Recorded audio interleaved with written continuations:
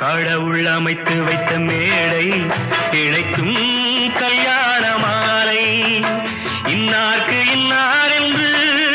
எழுதி வைத்தானே தேவன் அன்று இன்னார்க்கு இன்னார்